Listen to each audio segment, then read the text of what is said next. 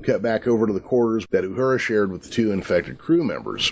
Una asks the cadet to take her through why she was not affected when the others were. Uhura explains that she prefers to sleep in pitch-black conditions, comparing it to the Princess and the Pea. As she demonstrates for herself, Una comes to realization and returns to sickbay. She explains to Mbinga and Chapel that Uhura was exposed to the same contagion, but she had been in the dark. Electromagnetic scans of the ship showed that the contagion seemed to travel through light waves, something Mbinga considers to be both insidious and remarkable. The infection they were dealing with affected the pleasure centers of the brain when close to the light, but light was literally everywhere.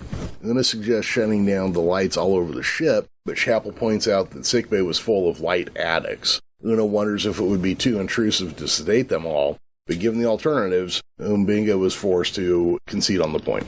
And with that, we go to lights out. Yeah, it was crazy watching the Enterprise slowly go dark. Yeah, it's kind of neat now that we have that much control over like ship models where we can actually show that sort of thing happening. Oh yeah.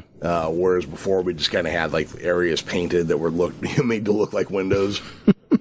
Yeah, more and more though as this episode goes, it just reminds me of the Naked Time and then the Naked Now from the Next Generation, but obviously it's not the same kind of thing, but just the fact that there's this virus or whatever you want to call it running rampant on the ship and people acting out of character and things. It actually reminds me of 2 episodes of the TOS. The Naked Time, obviously, the contagion thing. Yeah. Also, there's, one person who just seems like they're not going to be affected while everybody else will. Or, you've got that one person you got to follow until it gets them kind of thing.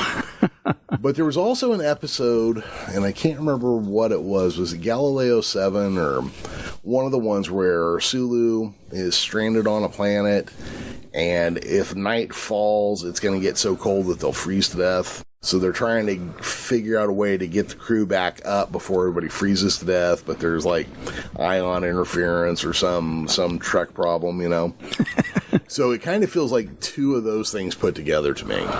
I can see that.